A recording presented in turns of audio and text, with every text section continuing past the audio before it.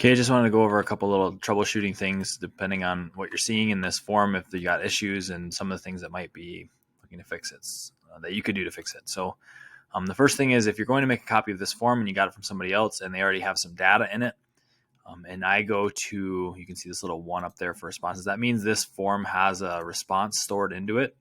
And if I go to select the existing spreadsheet and they keep showing up, where now, I don't want that other person's data. I don't want this right here to show up. What I have to do before I link this up is I have to go into individual and I have to delete the responses. So I would go and delete that responses. And now if I would delete this, now if I go and relink it, I won't get that. The way that I unlink this form, if I wanted to, unlink it and then relink it or do something like that, I would go down bottom here, unlink form, and now I can get rid of that sheet. Again, the same thing can be done with this one.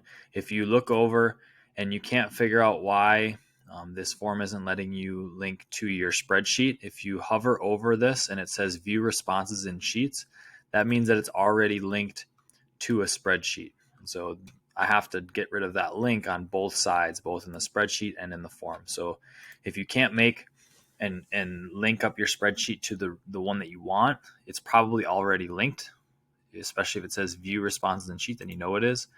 So the way I do that, I go over 3 dots and I go to unlink form.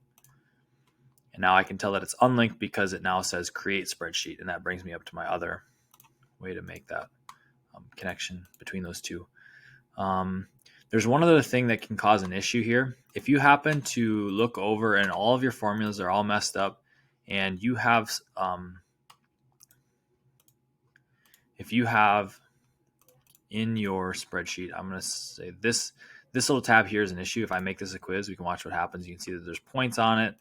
And now if I try to link this together, create my spreadsheet, it's going to cause an issue because now it's also logging a score. And so all of the columns are off on this.